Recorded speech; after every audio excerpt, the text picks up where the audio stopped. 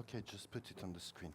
In fact, I have asked that you'll be on the stage because I wanted, in fact, to engage in a conversation. I will just do a small introduction while listening to three of you. In fact, the two of you, Sandi and Michel, I was thinking about this small montage that I did for another conference. The picture that you see on the right is the poster of the film Exodus, but by Otto Preminger from 1960, played by Paul Newman.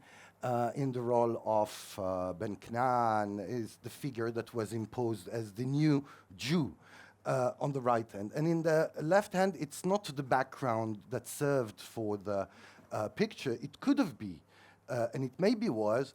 This is 1948, the harbor of Haifa, where Palestinian to become refugees are gathering in order to take boats to Lebanon. And one way I was thinking about these images because something struck me in your talk. And I will come to the notion of the common as the moment of engaging into the conversation. In fact, Sandi is saying something which I think deserves a real moment of reflection, if not an entire conference, which is the idea. She said, in fact, I don't have an image of the right of return. I don't have an image of a right. What means to have an image of a right? But then we can put it in another way. I don't have a vision of the right of return on one hand. And Michel, in his talk, is giving us, in fact, a permanent discourse using this very common, in the ordinary sense of the word common, of the notion of immigrants, while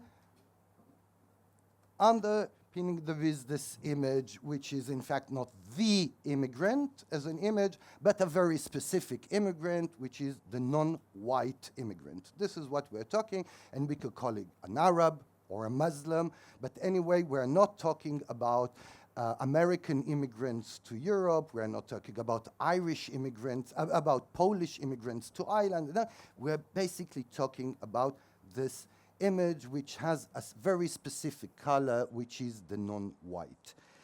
But what is interesting in those two ideas, I mean, on one hand, the discourse around the immigrant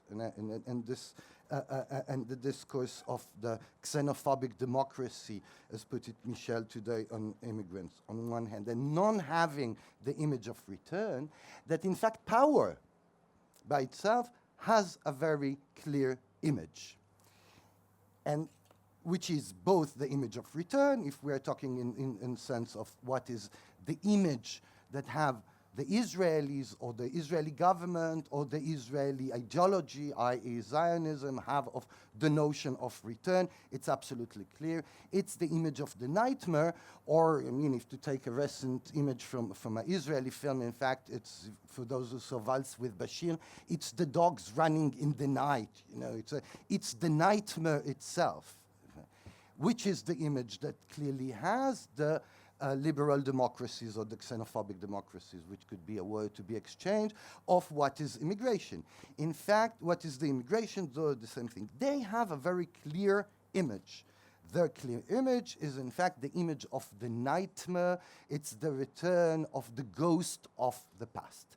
And in this sense, I would like to propose, as the idea of the common for starting this discussion, the idea that, in fact, to paraphrase Benjamin, our task, or in fact your task in this, is to brush history against its image. I mean, it's not to brush history against the grain, but to brush history against its image, which is the image that we're not talking anymore in terms of fragmentation sequences. We could have get into the discussion if really, I mean, the xenophobic discourse of Europe starts after war, starts in the 60s, starts in the 30s, starts in 1490, before going to the new America. Where starts the xenophobic discourse of Europe?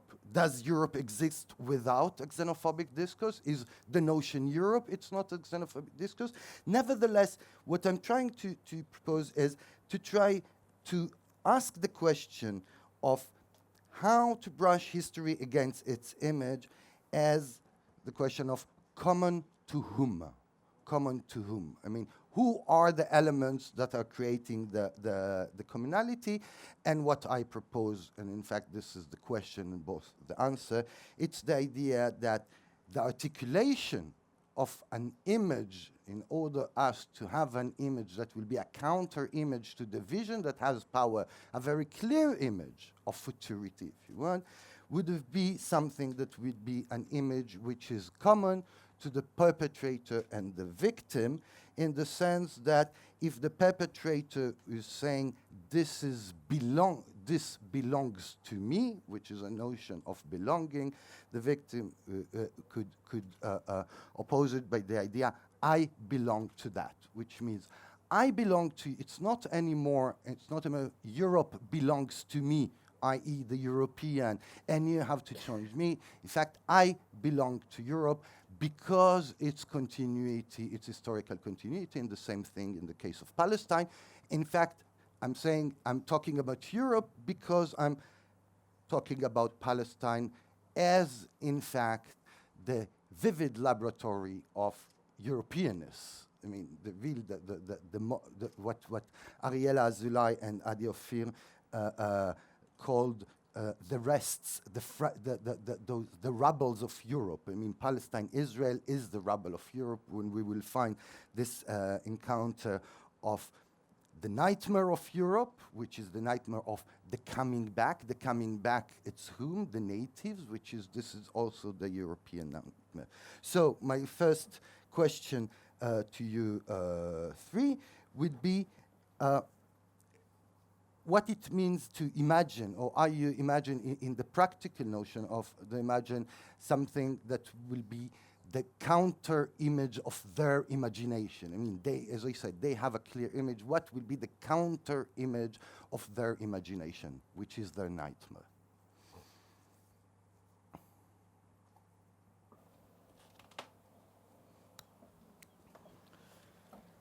Yeah, maybe I can try.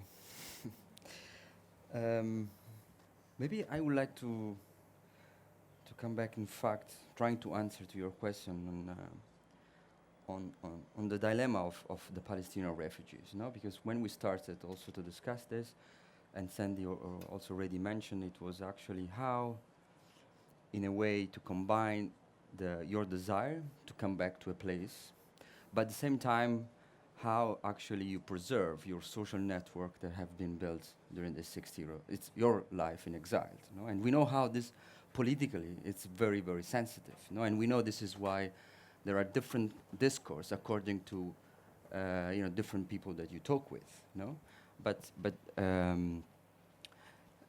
I think this was the moment where we understood that in this kind of impossibility of inhabiting the camp and at the same time returning is a possibility also of imagining a political scenario which is very much different from the Middle East as is known now somehow.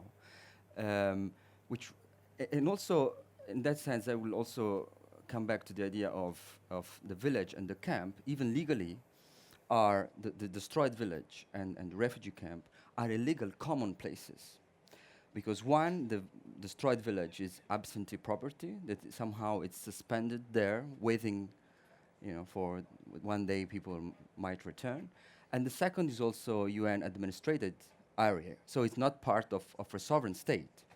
So both somehow they share both in this suspended space, and both I think are not private, but in that sense are not public because not belonging to the state, but are part of this kind of common history. This is the common of exile. So the big dilemma, and I think where political imagination is needed, is actually how we not just erase the 60 years of exile, and how is possible to combine the life in the camp and the possibility and the future life in the village. And this is, of course, the implication of this possibility would means a completely different Middle East that will allow people to, being Palestinians living in Beirut at the same time, coming back to a village. So breaking maybe the image that you have to choose where you come back to which state, and of course the implication of in terms of citizenship are something that needs to be only collectively imagined, because it's not something that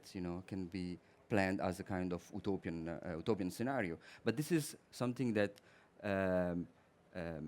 somehow we can interpret is a desire from refugees that is not just deciding A or B. It's actually what is the political organization that allowed me to be here and there at the same time. And this is actually then why we, at this very moment, it's so difficult to inhabit even in Europe, because I think at the center of our own life, there is this impossibility of the refugees, of not living in the camp, at the same time, not going back to the original village.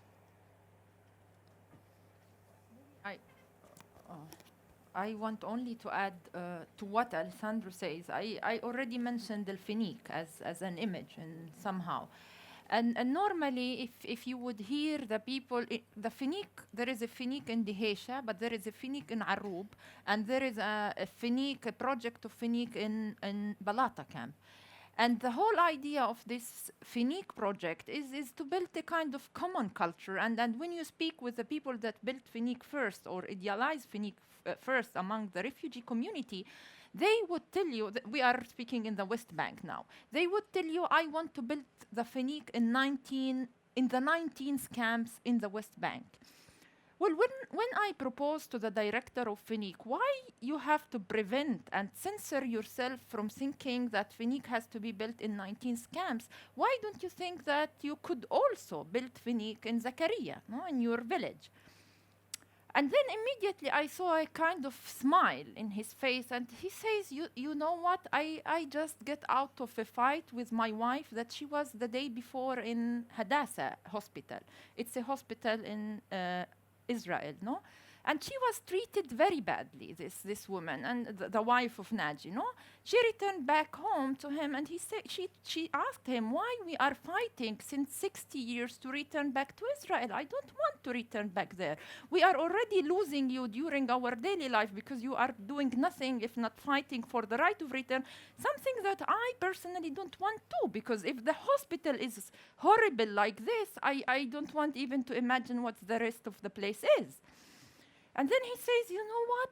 If I would tell her that I would build first Finique, and then I will bring her to that village, then she would be identifying herself with something that she knows, with something familiar, with a common culture, with a common language in somehow. And he immediately thought that this would be the best argument for him to convince his wife that he could still fight for the right of return, you know? And this is what I am speaking about, because and this lead me to one image. I can tell you that I have now another image of the right of return. I didn't have any image, but now I have one. Is that each floor they are building in the camps, in cultural institution, wherever, is virtually building in their former villages. This is what I see. I see one store here and one store immediately there. And not anymore to be ashamed of the fact that you are building your own culture. They are building their own culture, floor by floor, and they have to feel ashamed out of it. And this is the image that has to be changed, because from the fact that you convince Naji, the director of Finique, that all the stores that he is building is virtually built in his own village, you would give him all the possibilities of the world to build 100 floors, you know, of this. And he would change totally image, language, way of dealing, way of looking. And this is what, when I'm speaking about what is our image of the right, our image of the right of return is the Finique. Or what is the Finique right now? Do it, or shall we go to the floor? Yeah, Would like to hear you. Yeah, no, because it's going to be a little.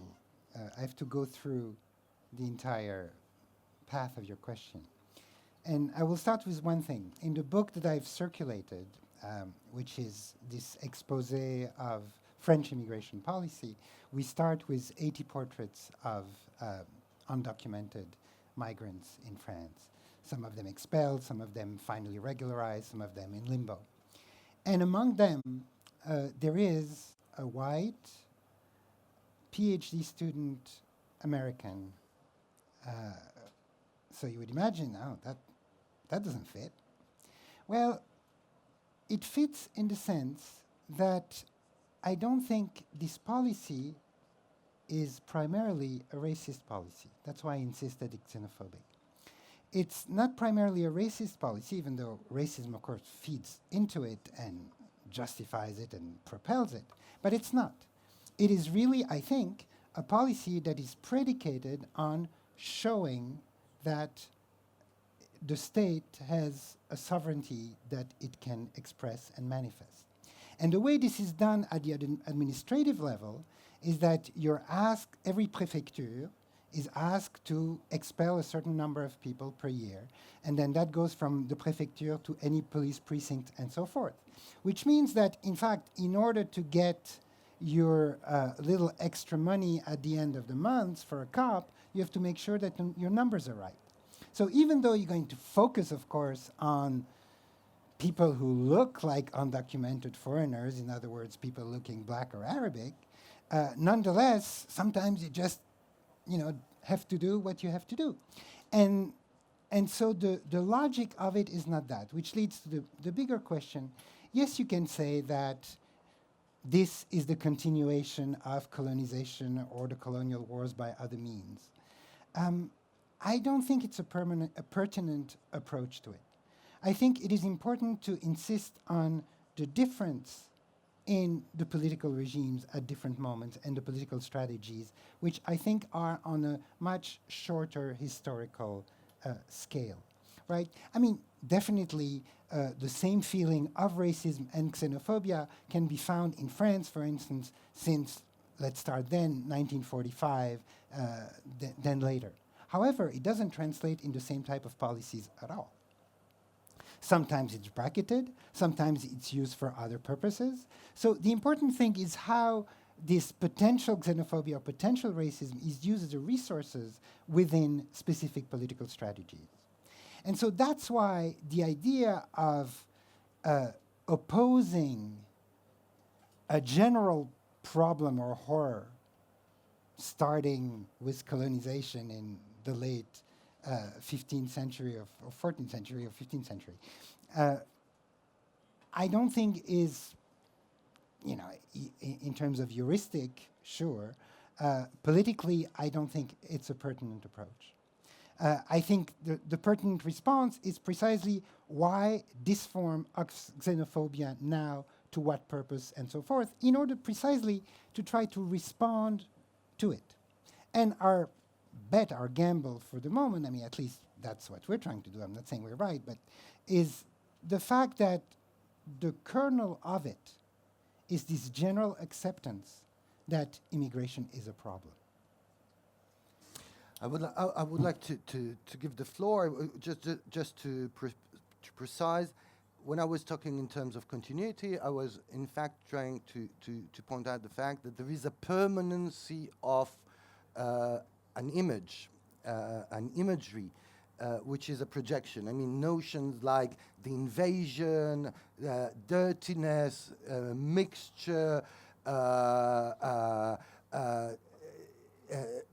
changing social structure, etc. There is a permanency, and being a citizen of a country which is not racist but just xenophobic in its law, so I have always a big complexity to make the distinguish of racism with xenophobia, which I think which is interesting because it's a raise of a new, in fact it's a new discourse, this distinguish of xenophobia and racism.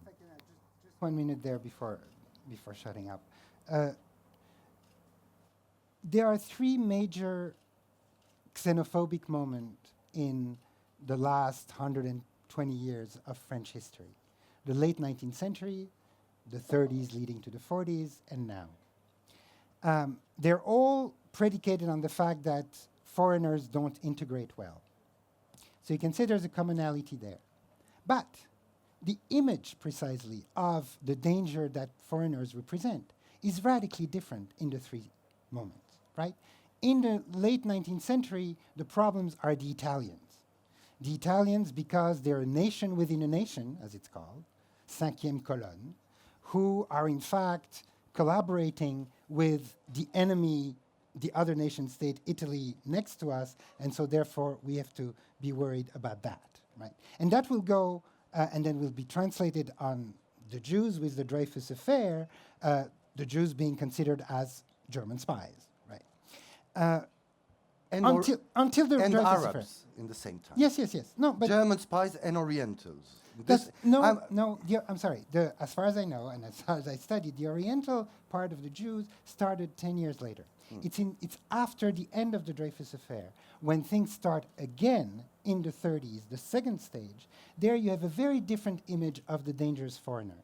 The dangerous foreigner is the one that is not only uprooted, but is uprooting. He's very present, or her very present, but mostly he is very present on French soil, will uproot the good French. And there, the Jews, the Arabs, the Levantine, because they are merchants for the most part, and that's, uprooting the whole France based on soil and blood. And in the 90s, it's really the opposite. It's we are the cosmopolitan one. We are the ones for diversity, but they are communitarians. They represent exactly what the racist French were calling for in the 30s. And that's why French officials are so indignant when they're compared to the 30s, saying, we're just the opposite of that.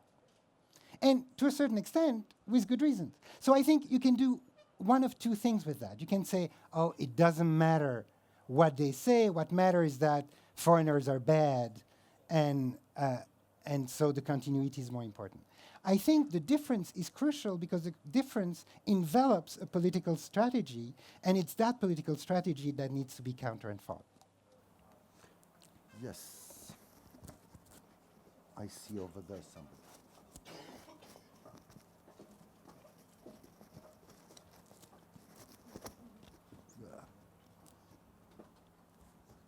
Okay.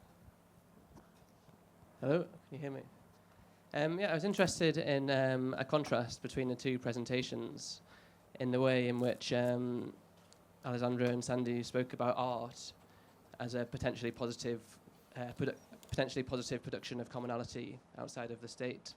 And then, Michel, in your discussion of the protection of xenophobic protection of borders, you didn't speak about art at all, for example.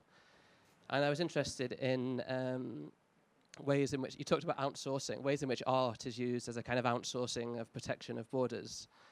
For example, I was involved in a project recently which was funded by the Austrian government, where they send UK artists to do residencies in Serbia. And there's a feeling there that no matter how critical you try and be in that context, that you're ultimately, it's a kind of outsourced soft colonialism with a liberal humanist face. I just wondered if in your research, what is the role of art in your argument in that sense? It's possible.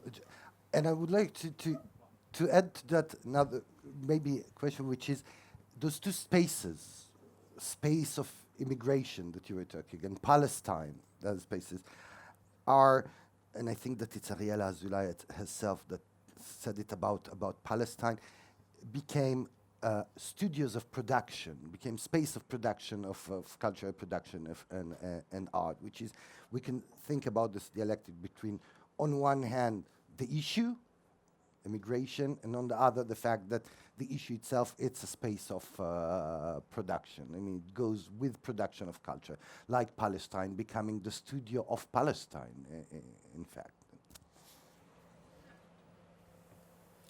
No, maybe again, very briefly, I think the connection that I see, for example, Michel, in one of his passages, discussed very much the disappearance of the idea of the welfare state, and I think somehow this is also very much connected why now a lot of socially and politically engaged art get somehow help from the state too. So there is also a kind of very strong link between actually how artists are now finding more and more space in order to help, community-based project, and because, of course, of the collapse of the idea of the welfare state. And then the second aspect, also very, very briefly, has to do with very much how when we decided to establish this practice in Palestine, it was from the desire of actually how we can combine, let's say, critical approach to a propositional one. And it's basically on the idea of actually how not only, or of course, trying always to describe the situation, but also trying to bring in a situation which is a catastrophic situation like in Palestine, the need of building something positive. So also coming back to let's say this moment where maybe 5 or 6 years ago we always finish in very depressing kind of mood, in a situation where you still have something. When you don't have anything around you, there is a moment where you have to build, despite everything, you have to imagine something which is different. So it puts somehow in a kind of radical position of being constructive, somehow, because all around you is already devastated. Somehow there is nothing that you can really deconstruct or demolish, because somehow there is no really somehow a power that really operates on you. Anyhow, very shortly. Yeah. Sandi. Michel? As far as the art is concerned, unfortunately, I don't have very much to contribute, at least on the positive side. But I don't contribute on the positive side very much.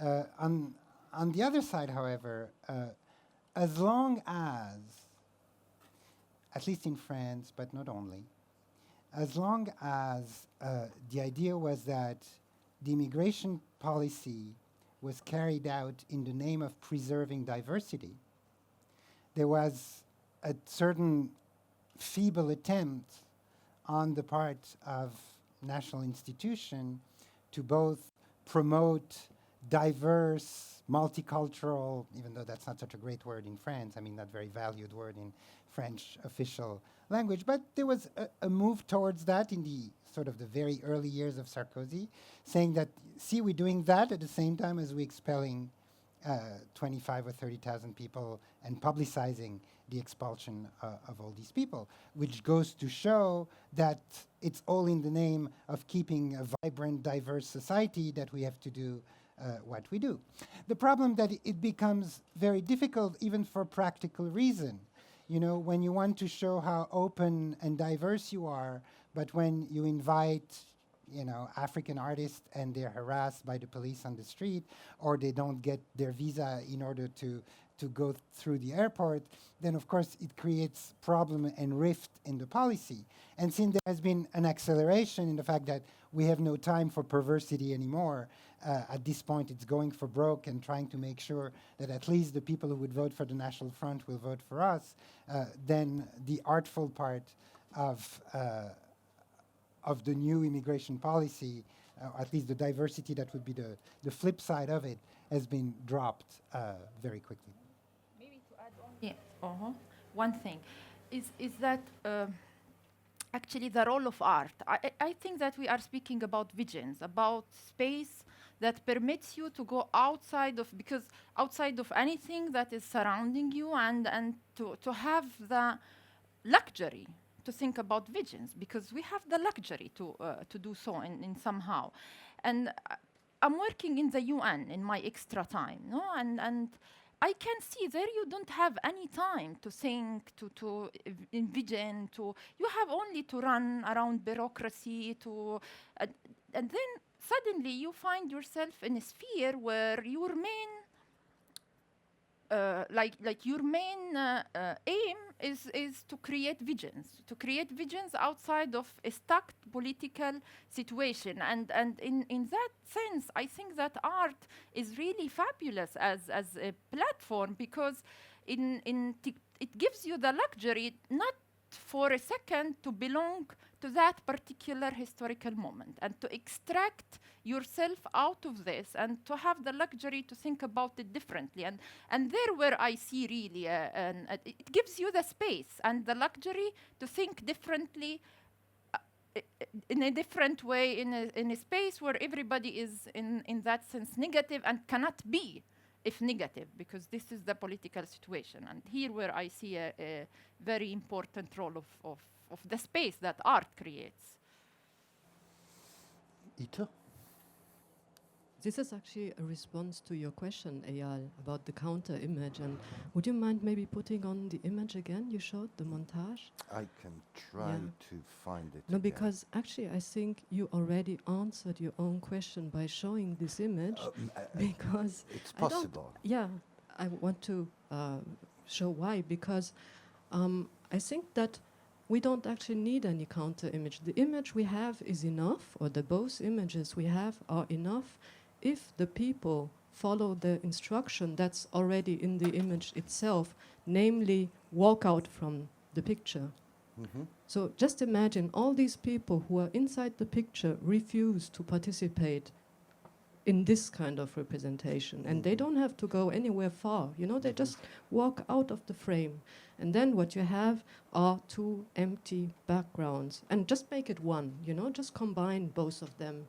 And this could actually be, and actually this occurred to me in reference to a comment you made, Sandi, about people stubbornly really wanting to leave a sort of imposed stereotypical representation that is enforced on them, wanting to leave the destitute picture of the refugee and so on. So I mean, just physically leaving these pictures we see is already a step forward in creating an image which is not a counter image, because I think, in reference to what Michel said, a counter image always creates, just a new problem.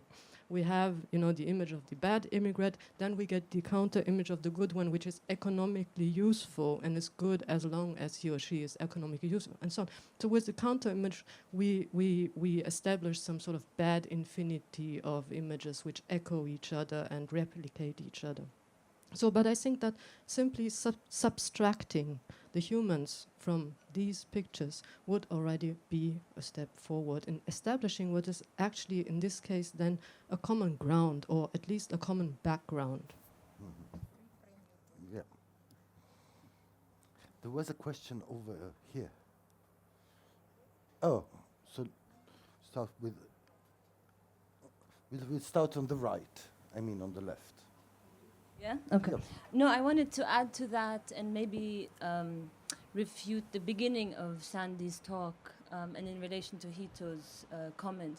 I think the beginning responsibility of how documentarians for the PLO themselves worked at a certain phase had to do with that representation. And I was thinking when you were speaking, there's a film for Mustafa Abu Ali, They Do Not Exist, where it's very strange. Suddenly you're in a situation where a woman is completely excluded from the narrative. She's saying the narrative. Only maybe 4 years after the occupation, she managed to recite the narrative, but actually really being distant from what she was saying. So it's very interesting how fast the staging of the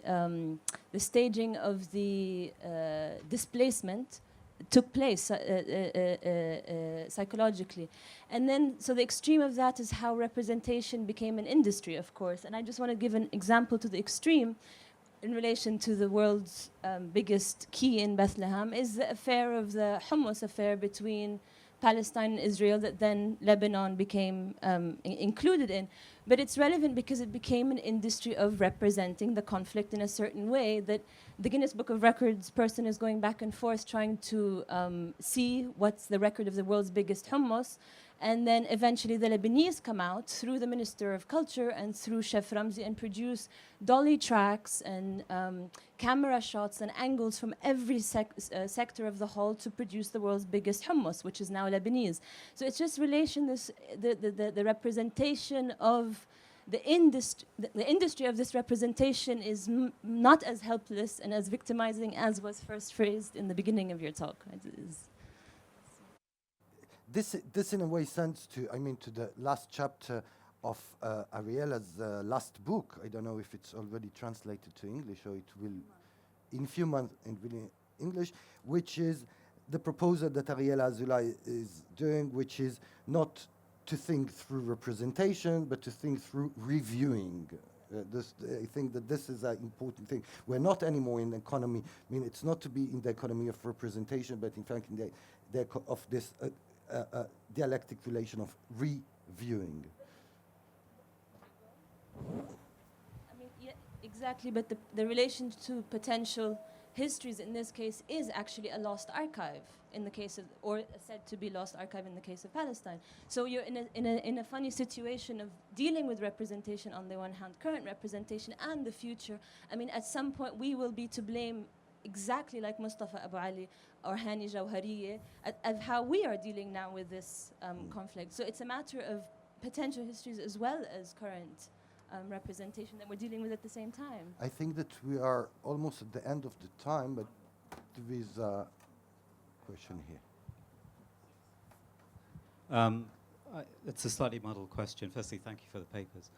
I was wondering, in some ways, if there was a connection between the two around the category of modernity, specifically to do with the first presentation, whether the problem of what image do you have of the right of return is a question about what is the modernity of the Palestinian refugee.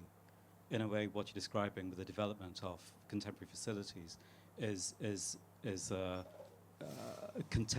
sort of, it's a provocative word maybe, a settlement into the contemporary conditions, which in a way is the practical modernity of the refugee situation. But at the same time, there might be an interest in an image of the refugees' anti-modernity in terms of their impoverishment and so on and so forth. I'm thinking of also the Renzo Martin's piece about the Congolese exploiting their own poverty as their primary economic resource.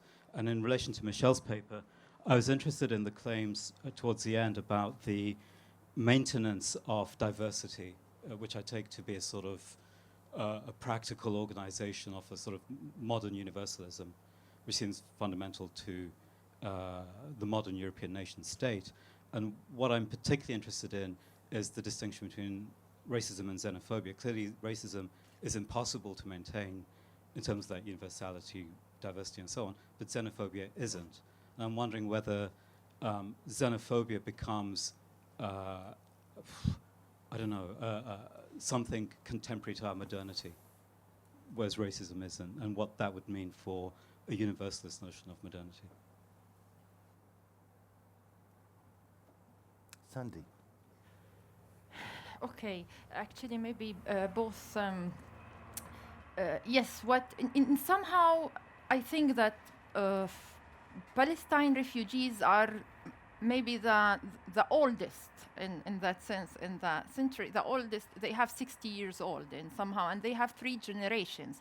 And of course, they have absolutely to deal with the fact how they would enter and make part of a more contemporary, modern situation, and how to be part of also an international discourse. Because what really changed, especially lately, in the last 5-6 years, you can feel it very strongly in the Hesha camp.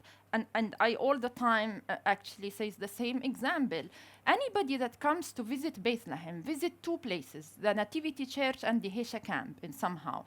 And it creates for itself a kind of new if you don't visit the Hesha, if you go to Bethlehem, you are missing some very important identitarian, and it's not about, it's not about maintaining identity or non-maintaining identity. It's about in somehow evolving identity, and the fact that the whole political and official discourse is stucking them for many reasons. Arab world, what the regimes want them and want to keep them in this status quo, while Lebanon is not permitting refugees to live in a proper manner. It's all the time, if you will be integrated within the situation where you live, then you will not return back home. And for me, it is a way of controlling. It's a way where the power managed to control refugees. I think that in somehow what is really interesting about what's happening right now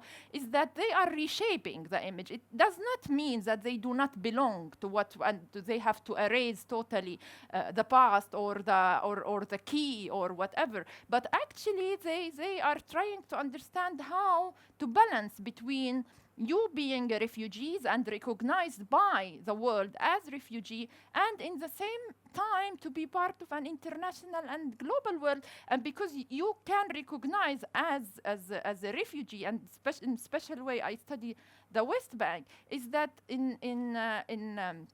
being part of an international discourse permit your voice to go out.